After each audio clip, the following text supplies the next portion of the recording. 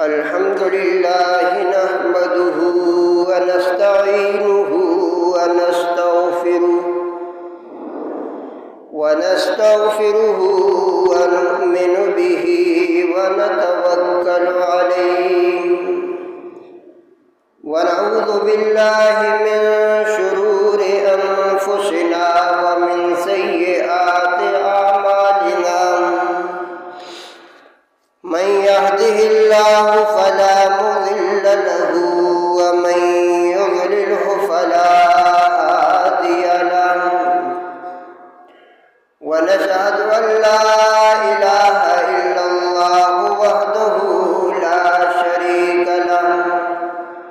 لا شريك له ولا وزير له ولا مشير له ولا مثل له ولا مثال له ونشهد أن سيدنا وسندنا وحبيبنا ونبينا وشفيعنا ومولانا محمدا عبده ورسوله أرسله بالحق بشيرا ونذيرا وداعيا إلى الله بإذنه وسراجا منيرا صلى الله عليه وعلى آله وأصحابه وبارك وسلم تسليما كثيرا أما بعد فأعوذ بالله من الشيطان الرجيم بسم الله الرحمن الرحيم قال الله تبارك وتعالى في القرآن المجيد إن عدة الشهور عند الله 12 شهرا في كتاب الله منها 4 حرم وقال النبي صلى الله عليه وسلم الكيس من دان نفسه وعمل لما بعد الموت والعاجز من اتبع نفسه هواها وتمنى على الله صدق الله وصدق رسوله النبي الكريم ونحن على ذلك لمن الشاهدين والشاكرين والحمد لله رب العالمين إلهي عبدك العاصي أتاك مقر بالذنوب فقد دعاك فإن تغفر فأنت لذاك أهل وإن تطرد فمن يرحم سواك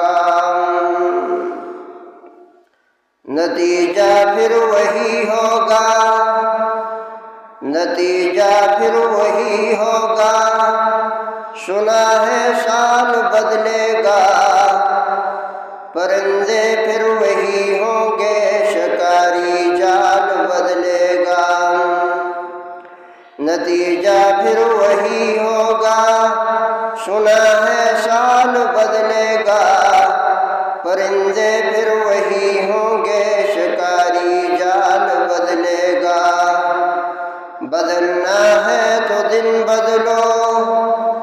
بدلنا ہے تو دن بدلو بدلتے کیوں ہے ہنسے کو مہینے پھر وہی ہوں گے سنا ہے سال بدلے گا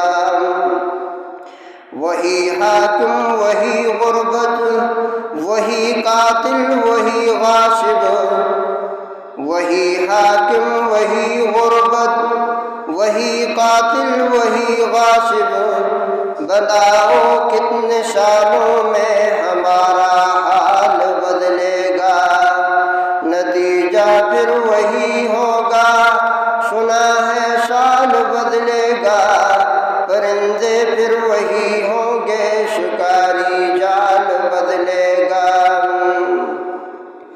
ایک اور اینٹ گر گئی، ایک اور اینٹ گر گئی دیوار حیات سے، ایک اور اینٹ گر گئی دیوار حیات سے، نادان کہہ رہا ہے نیا سال ہو مبارک۔ ان اللہ وملائکتہ یصلون علی النبی یا ایھا الذین آمنوا صلوا علیہ وسلموا تسلیما۔ اللہم صل علی محمد وعلی آل محمد کما صلیت علی ابراہیم وعلی آل ابراہیم انک حمید مجید۔ اللہم بارک علی محمد وعلی آل محمد کما بارکت علی ابراہیم وعلی آل ابراہیم انک حمید مجید۔ محترم واجب الاحترام قابل صد تکریم برادران اسلام، محترم دوستوں اور بزرگوں، خالق ارض و سماع کا فضل و احسان ہوا، اس ذات نے صحت و عافیت کے ساتھ اور ایمان کی دولت کے ساتھ جمعہ کا یہ مبارک دن نصیب فرمایا اور ایک اہم فریضہ کی ادائیگی کا موقع عطا کیا۔ یہ محض اس ذات کا فضل و احسان ہے۔ سعادت مند ہیں وہ لوگ جن کے صبح و شام اللہ کی تابعداری میں گزرتے ہیں، بد نصیب ہیں وہ لوگ جن کے صبح و شام غفلتوں میں اور اللہ کی نافرمانی میں گزرتے ہیں۔ میرے دوستوں اور بزرگوں، زندگی کے یہ لمحات دن بدن اختتام کی طرف جا رہے ہیں، اور ہاتھ طلوع ہونے والا سورج یہ دعوت فکر دے رہا ہے کہ اے انسان ذرا غور کر، ایک دن تو بچہ تھا، پھر جوان ہو گیا، اور اب تیری داڑھی میں سفید بال آ گئے، اور ایک وقت آئے گا کہ تو قبر کی تنہائیوں میں چلا جائے گا۔ چڑھتا سورج بچپنے کی دعوت فکر دے رہا ہے، جب زوال کا وقت ہوتا ہے تو یہ دعوت فکر دیتا ہے سورج کہ اب جوانی کو پہنچ چکا ہے اے انسان۔ جب غروب ہونے کے قریب سورج جاتا ہے تو یہ دعوت فکر دے رہا ہے کہ اے انسان دیکھ، کچھ لمحے پہلے میں طلوع ہوا، پھر جو ہے عین جوانی دوپہر کا وقت تھا، اور پھر غروب ہو گیا، تو تیرا بھی بچپنا اور پھر جوانی، اب عین غروب ہونے کا وقت قریب ہے۔ اب تو سمجھ جا، اب تو اپنے رب کی طرف آ جا، اب تو اپنی زندگی کو بدل لے، کہیں ایسا نہ ہو کہ انہی غفلتوں میں تیری زندگی کی شام ہو جائے اور پھر سوائے ندامت اور افسوس کے کچھ نہیں ہوگا۔ تو بہرحال میرے دوستوں اور بزرگوں، نیا اسلامی سال شروع ہو چکا ہے، جس کا پہلا مہینہ ہے، اور اس مہینے کی غالباً 5 تاریخ ہے، یعنی 5 محرم الحرام ہے، اور انسان اپنی زندگی کے قیمتی لمحات گزار رہا ہے، اور اسے چاہیے کہ وہ غور و فکر کرے کہ ایک نیا سال میری زندگی میں اور آ گیا، اور دوسری طرف سے میری زندگی کے ان لمحات سے ایک سال کم ہو گیا ہے، اور انسان غور و فکر کرے کہ اس سال میں نے کیا کمایا، کیا کھویا، میری زندگی کے اندر کوئی فرق آیا ہے یا کہ نہیں، یا میں اسی طرح بے نمازی میں، غفلتوں میں، رب کی بغاوتوں میں زندگی گزارتے ہوئے ایک سال گزار دیا۔ نئے سال کی ابتدا ہے، اگر جوں کا تو ہے، وہی حالت ہے، وہی کیفیت ہے، وہی بے نمازی، وہی بغاوت، وہی نافرمانی، تو پھر اے انسان تو بڑی ناکامی میں ہے۔ 1 سال کا عرصہ بڑا طویل عرصہ ہوتا ہے۔ 1 سال میں سورج بھی اپنا دوران مکمل کر دیتا ہے۔ 1 سال کے اندر کئی ایسی جگہ جو ویران ہوتی ہیں وہاں آبادیاں بن جاتی ہیں۔ 1 سال کے اندر کئی ایسی جگہ جو آباد ہوتی ہیں وہاں کوئی آفات آ کر انہیں اجاڑ دیتی ہے۔ سال کے دورانیہ کے اندر 4 موسم گزر جاتے ہیں۔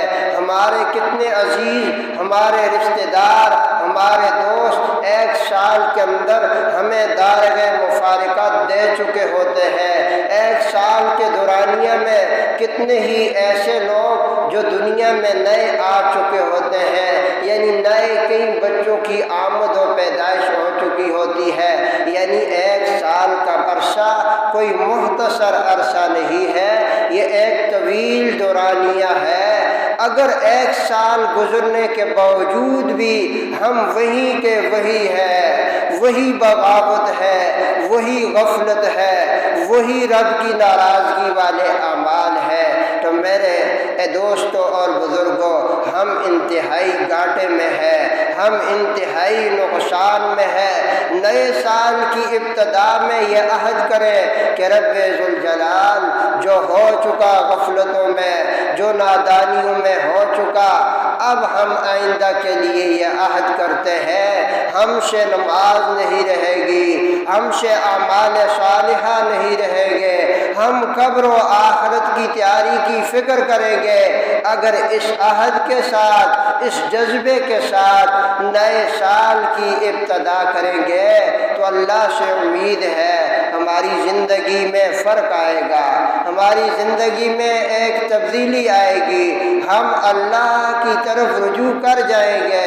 لیکن ہم پرواہ تک نہ کریں کہ نئے سال شروع ہو گیا، وہی گنتی گن رہے ہیں کہ اب 1446 کی ہجری شروع ہو چکی، بس تاریخ بدل دی، باقی زندگی نہ بدلی۔ تو میرے دوستو کہیں ایسا نہ ہو کہ اسرائیل آ جائے اور اس سے پھر چھٹکارا نہیں ہے، ہم اسی نادانی میں، بغاوت میں دوسرے جہان چلے جائیں تو وہاں رب ذوالجلال کے سامنے سوائے ذلت کے پھر کچھ نہیں ملے گا۔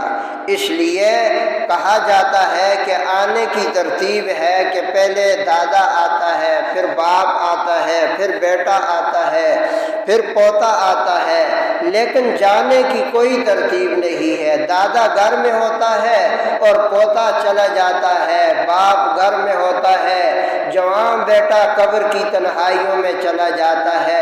اس امید سے کہیں تم جو ہے اپنی زندگی ضائع نہ کر بیٹھو کہ ابھی تو چھوٹے بچے ہیں، بڑے ہوں گے، جوان ہوں گے، کمائیں گے، کوٹھی بنائیں گے، کاریں خریدیں گے۔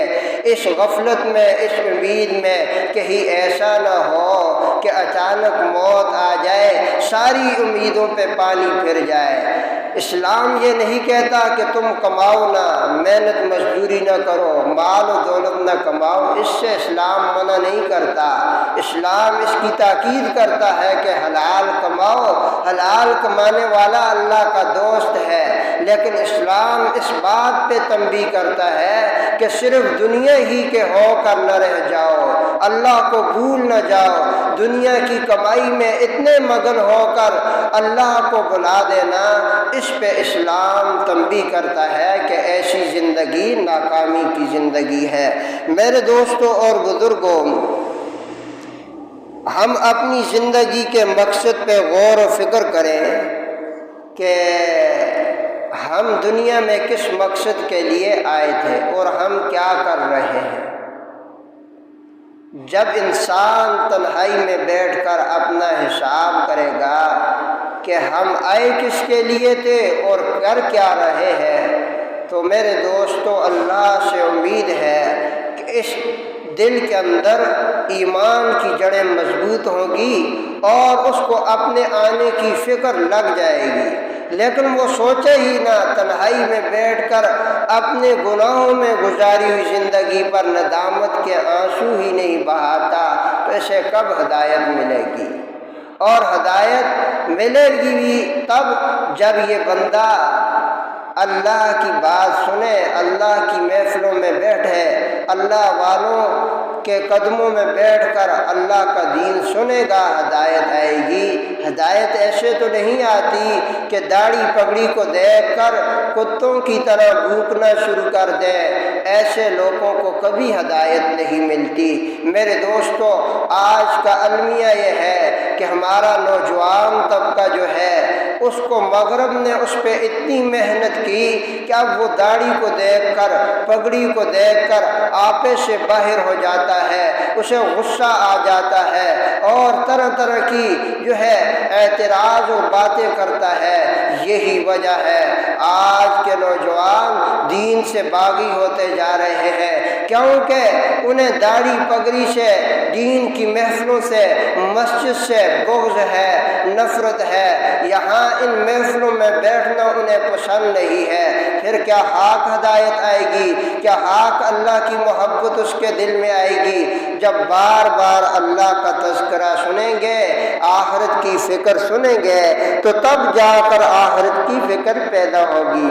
ناچ گانوں کی محفلوں میں ہم بیٹھتے ہوئے خوش ہوتے ہیں اور دین کی محفلوں میں بیٹھتے ہوئے تنگ ہوتے ہیں، تو یہ اس بات کی علامت ہے کہ ہمارے دلوں کے اندر ایمان نہیں ہے، اللہ کی معرفت نہیں ہے، دین کی اہمیت نہیں ہے، قبر و آخرت کی فکر نہیں ہے۔ جب یہ فکر پیدا ہوگی تو پھر ہمیں لطف آئے گا اللہ کے نبی کا تذکرہ سننا، قبر و آخرت کی فکر سننا۔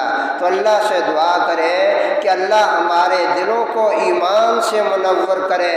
آج ہمارے دل ایمان سے کھوکھلے ہو چکے ہیں، ایمان کی باتیں اس لیے ہم سن نہیں پا رہے، وجہ یہی ہے کہ دل سے ہم کھوٹے ہو گئے ہیں۔ تو بہرحال میرے دوستوں اور بزرگوں، اگر ایک شخص بیرون ملک چلا جائے اور وہاں 1 سال اس کا گزر جائے، اس کے گھر والے، عزیز، دوست، رشتہ دار پوچھے کہ پردیس میں تو نے 1 سال گزار دیا، کیا کمایا؟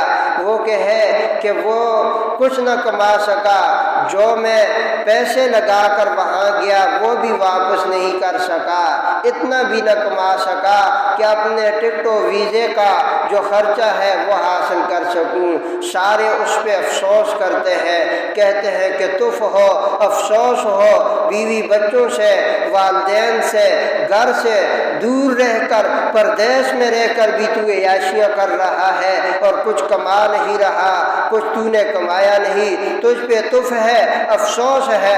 تو میرے دوستوں اور بزرگوں، یہ دنیا ہمارا وطن اصلی نہیں ہے، ہمارا یہ پردیس ہے، وطن اصلی ہمارا جنت ہے۔ یہاں 1 سال گزرنے کے باوجود بھی ہماری کیفیت وہی گناہوں والی ہے، پھر افسوس ہے ہماری زندگی پر، پھر تف ہے ہماری زندگی پر کہ 1 سال گزرنے کے باوجود بھی ہم خسارے میں ہیں۔ تو بہرحال میرے دوستوں اور بزرگوں، محرم الحرام اسلامی سال کا پہلا مہینہ ہے اور اس کے پہلے 10 دنوں کو خصوصی اہمیت حاصل ہے، اور ان میں سے 10ویں جسے یوم عاشورہ کہا جاتا ہے، احادیث کے اندر اس کے بڑے فضائل آئے ہیں۔ قرآن کریم میں بھی فرمایا کہ منہا اربعۃ حرم، 12 مہینوں میں 4 مہینے اللہ کے ہاں محترم ہیں، ان 4 مہینوں میں ایک محرم الحرام بھی ہے۔ مختصر یہ ہے کہ محرم الحرام کی 10ویں تاریخ کو یوم عاشورہ کہا جاتا ہے۔ یوم عاشورہ کو عاشورہ کیوں کہا جاتا ہے، اس کی اہل علم نے مختلف توجیہ بیان کی ہے۔ ان میں سے ایک یہ ہے کہ چونکہ یہ محرم کے 10 تاریخ کو ہوتا ہے اور 10 کو عربی میں عشر کہا جاتا ہے، اور اسی مناسبت سے اس کو یوم عاشورہ کہا جاتا ہے۔ اور بعض اہل علم نے فرمایا کہ 10 محرم الحرام کو، یعنی اس محرم کی 10ویں تاریخ کو 10 انبیاء علیہ الصلاۃ والسلام کو اعزاز و اکرام سے نوازا گیا، تو اس مناسبت سے اس کو یوم عاشورہ کہا جاتا ہے۔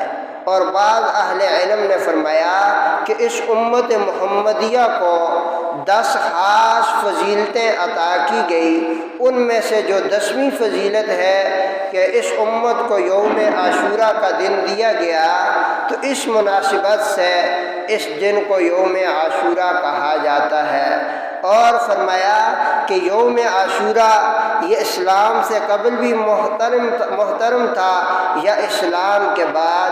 تو اہل علم فرماتے ہیں کہ اسلام سے قبل بھی اس دن کو محترم جانا جاتا تھا، زمانہ جاہلیت میں بھی اس دن کی خاص اہمیت تھی، چونکہ یہ ابتدا ہی سے محترم دن جو ہے اللہ کے حکم سے محترم دن تھا، تو اس لیے یہ سلسلہ اب تک اسی صورت میں ابتدا سے اس دن کا احترام کیا جاتا ہے۔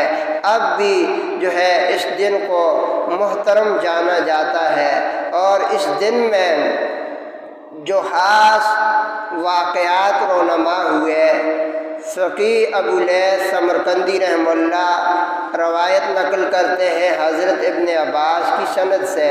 وہ فرماتے ہیں، ایک لمبی حدیث ہے جس کا ایک حصہ یہ ہے کہ یوم عاشورہ کے دن یعنی 10 محرم کو اللہ نے حضرت آدم کو پیدا کیا، اور اسی دن اللہ نے حضرت آدم کو جنت میں بھی داخل فرمایا، اور اسی دن اللہ نے پہاڑوں کو، لوح و قلم کو اور جنت کو بھی اسی دن پیدا کیا۔ اور ابو لیث سمرقندی رحمہ اللہ فرماتے ہیں کہ یہی وہ محترم دن ہے جس کو اللہ نے جو ہے حضرت آدم علیہ السلام کی پیدائش کے لیے منتخب فرمایا، اور اسی دن جب حضرت آدم علیہ السلام نے شجر ممنوعہ کا پھل کھا لیا تھا، اور پھر آدم علیہ السلام کو اپنی غلطی کا احساس ہوا، اس پہ ندامت کا اظہار کیا ان الفاظ کے ساتھ، ربنا ظلمنا انفسنا وان لم تغفر لنا وترحمنا لنکونن من الخاسرین۔ ان الفاظ کے ساتھ آدم علیہ السلام نے توبہ کی، تو اللہ نے فتاب علیہ آدم علیہ السلام کی توبہ قبول کی۔ تو فرمایا جس دن آدم کی توبہ قبول کی وہ بھی یہی یوم عاشورہ 10 محرم کا دن تھا۔ اور روایات کے اندر آتا ہے کہ اللہ نے حضرت موسیٰ علیہ السلام کی قوم کی زندگی جب فرعون نے تنگ کر لی، ہر طرح سے ستایا، موسیٰ علیہ السلام اپنی قوم کو لے کر اپنے علاقے میں جانا چاہ رہے تھے، تو راستے میں ایک بڑا دریا آ گیا، وہاں اللہ نے حکم دیا کہ اے موسیٰ اضرب بعصاک الحجر، اپنی لاٹھی اس دریا میں مارو۔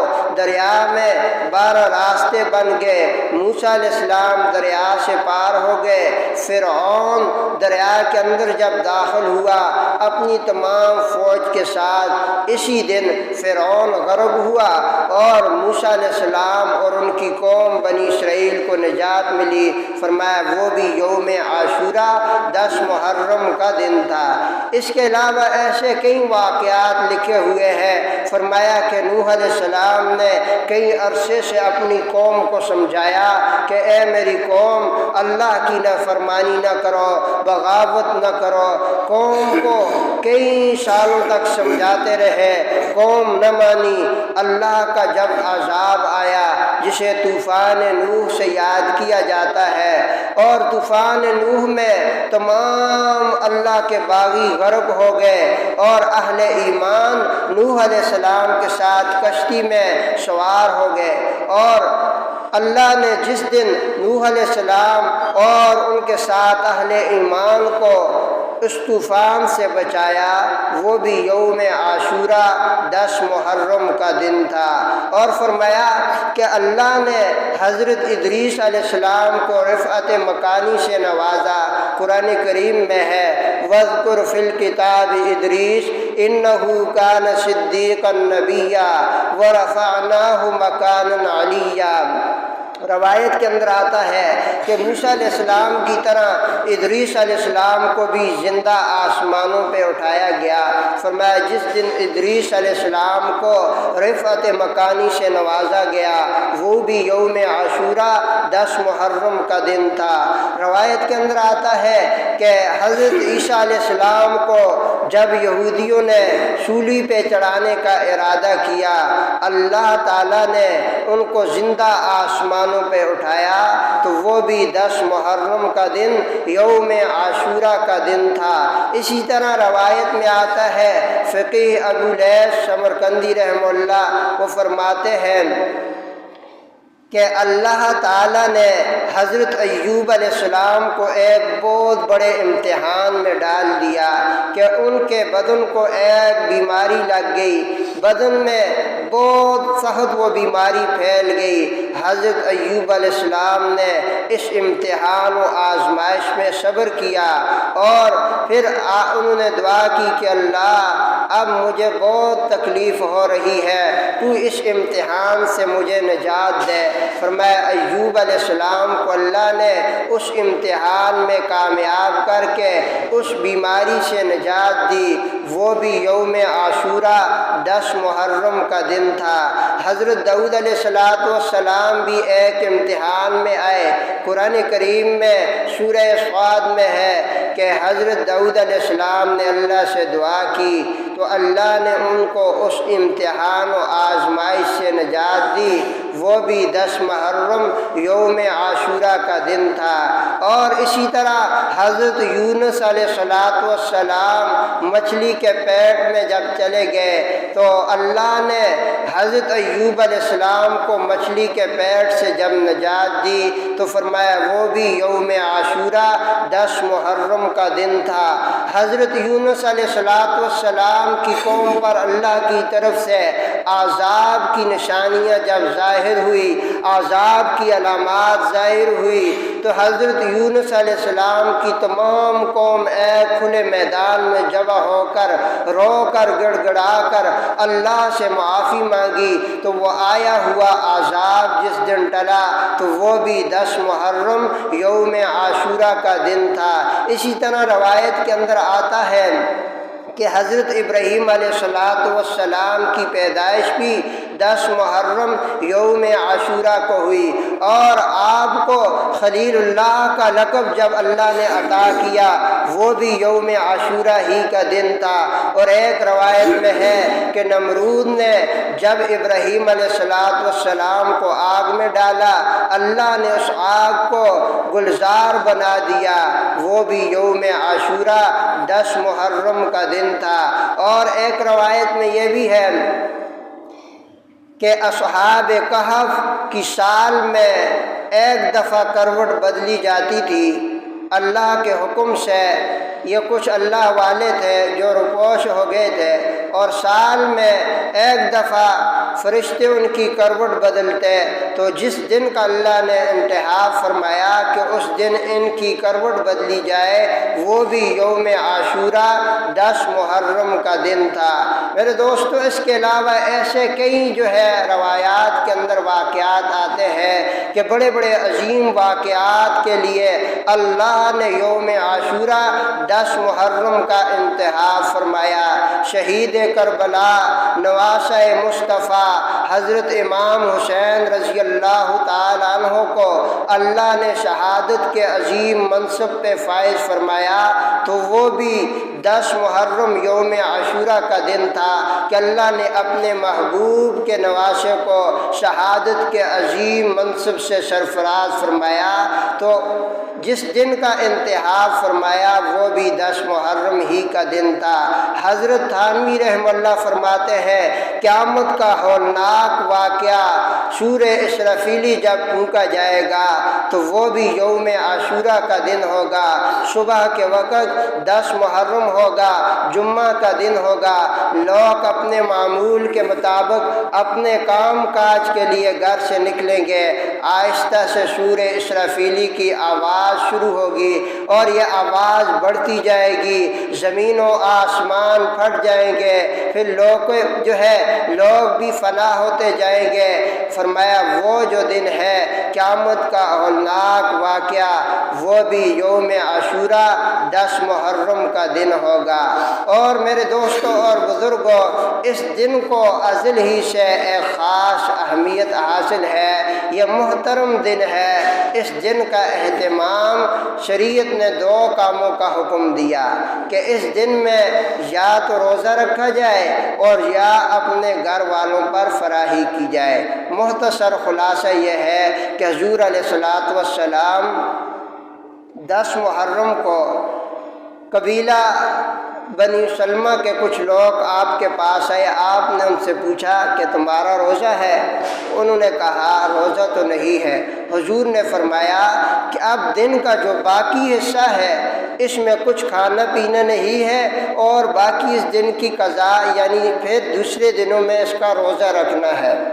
اور ایک روایت میں حضرت سلمہ ابن اکوع رضی اللہ تعالیٰ عنہ کی روایت ہے کہ حضور نے فرمایا کہ جاؤ قبیلہ بنی سلمہ میں اعلان کر لو کہ جس نے کچھ کھایا پیا نہیں ہے، یعنی یوم عاشوراء کے دن کے متعلق فرمایا کہ وہ اب کچھ نہ کھائے، اس دن کا روزہ رکھے، اور جس نے کچھ کھا لیا ہے وہ بھی باقی جو دن کا حصہ رہتا ہے اس میں کچھ نہ کھائے، یعنی روزے کی صورت اپنائے۔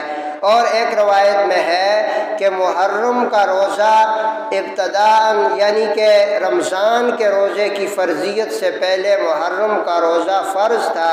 جب رمضان کے روزوں کی فرضیت نازل ہو گئی تو پھر محرم کے روزے کی فرضیت منسوخ ہو گئی، لیکن فرمایا کہ رمضان کے بعد نفلی روزوں میں سب سے افضل روزہ محرم الحرام کی 10ویں تاریخ کا ہے۔ اور فرمایا حضرت علی رضی اللہ تعالی عنہ سے روایت ہے، وہ فرماتے ہیں کہ اگر تم نے روزہ رکھنا ہے رمضان کے علاوہ تو 10 محرم یوم عاشوراء کا روزہ رکھا کرو۔ گویا کہ روایت کے اندر آتا ہے کہ فرض نماز کے بعد نفلی نمازوں میں سب سے افضل نماز تہجد کی ہے، اور فرض روزوں میں کے علاوہ یعنی رمضان کے علاوہ نفلی روزوں میں افضل روزہ یوم عاشوراء کا ہے۔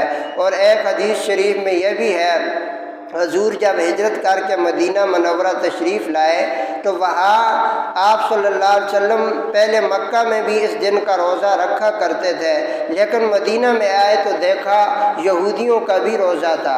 حضور نے ان سے دریافت کیا کہ اس دن کو تم کیوں مناتے ہو؟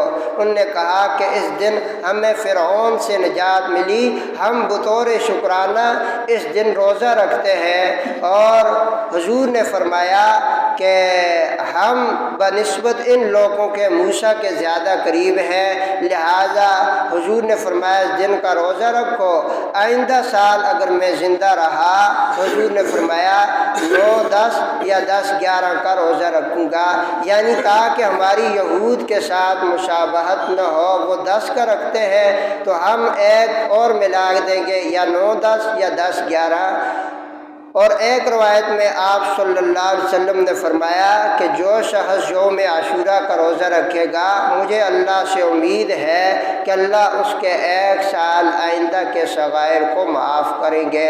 بہرحال اس دن کے اندر 2 کام ہیں، یا تو روزہ رکھا جائے یا ایک دوسری روایت ہے کہ اپنے گھر والوں پر فراخی کی جائے۔ حضرت جابر رضی اللہ تعالیٰ عنہ فرماتے ہیں ہم نے کئی دفعہ تجربہ کیا کہ جو شخص اس دن اپنے گھر والوں کو اچھا کھلائے گا اللہ پورے سال اس پر فراوانی کریں گے۔ ابو لیث سمرقندی رحمہ اللہ فرماتے ہیں کہ جو شخص عاشوراء کا روزہ رکھتا ہے اس کو 1000 فرشتوں کی عبادت کے برابر ثواب ملتا ہے، اور 70,000 حج اور عمروں کا ثواب ملتا ہے۔ اور ابو لیث سمرقندی رحمہ اللہ فرماتے ہیں کہ جو شخص اس دن کسی کو افطار کھلائے گا، کھانا کھلائے گا، اسے پوری امت محمدیہ کو کھانا کھلانے کے برابر ثواب ملے گا۔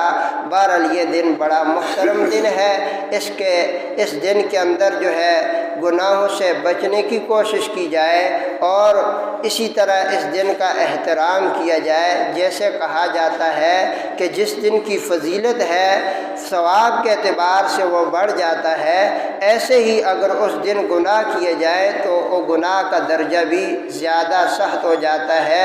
جیسے کوئی بندہ باہر گناہ کرے وہ درجہ کم ہے، لیکن مسجد میں گناہ کرے تو اسے دگنا گناہ ملتا ہے۔ ایسے ہی عام دنوں میں بھی گناہ ہی ہے، لیکن ان محترم دنوں میں اگر وہ گناہ کرتا ہے تو گناہ کی شدت بڑھ جاتی ہے۔ لہٰذا گناہوں سے اجتناب کیا جائے اور عبادات کی طرف رجوع کیا جائے۔ اس دن کے اندر چونکہ شیطان ہر جگہ اپنی ٹانگ اڑاتا ہے اور لوگوں کو اللہ سے دور کرنے اور خرافات میں داخل کرنے کی کوشش کرتا ہے، تو بہت سی ایسی خرافات ہیں جو ہمارے معاشرے میں پھیلی ہوئی ہے، اس سے اجتناب کرنا چاہیے۔ مثلا کالے کپڑے پہننے کو ثواب سمجھا جاتا ہے، اس دن کے ثواب ہوتا ہے، یہ کہیں ثواب نہیں ہے۔ اس دن ماتم کرنا، تعزیہ کرنا، یہ بھی جو ہے شرعاً اسلام میں اس کی کہیں بھی جو ہے تاکید نہیں فرمائی۔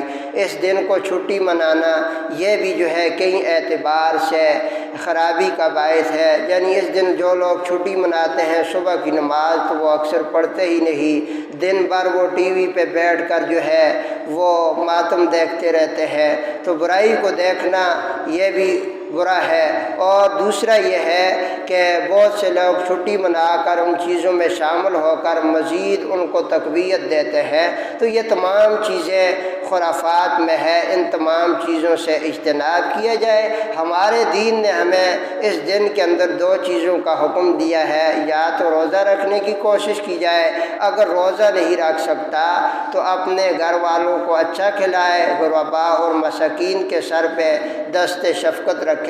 ان دو اعمال کے علاوہ باقی جو خرافات ہیں وہ ہمارے دین نے حکم نہیں دیا، اس سے اجتناب کیا جائے۔